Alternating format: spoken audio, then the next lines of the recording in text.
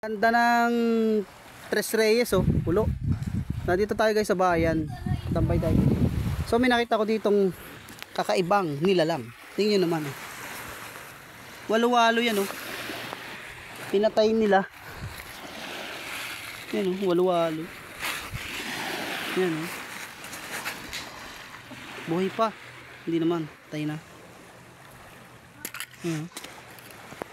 Ito yung uri ng ahas, walo-walo to kung tawagin guys sa ibang probinsya. Hindi ko lang alam kung anong pangalan sa inyo. Pero ito yung isang uri ng ahas na hindi siya agresibo. Pero yung kamandag niya talaga namang parang cobra. Parang cobra, kaya pag nakita kayo ng ganyan, lumayo na lang kayo. Kasi gawa ng hindi naman agresibo yung ahas na yan. Pag natapakan mo, nalayo lang siya. Depende na lang kung yun ay may itlog, talagang agresibo yan. Yung mga ganyang klaseng ahas. So walo-walo yan. Hindi ko alam kung pinatay talaga nila yan, oh. Nahibasan dito. Walo-walo. Wawa naman.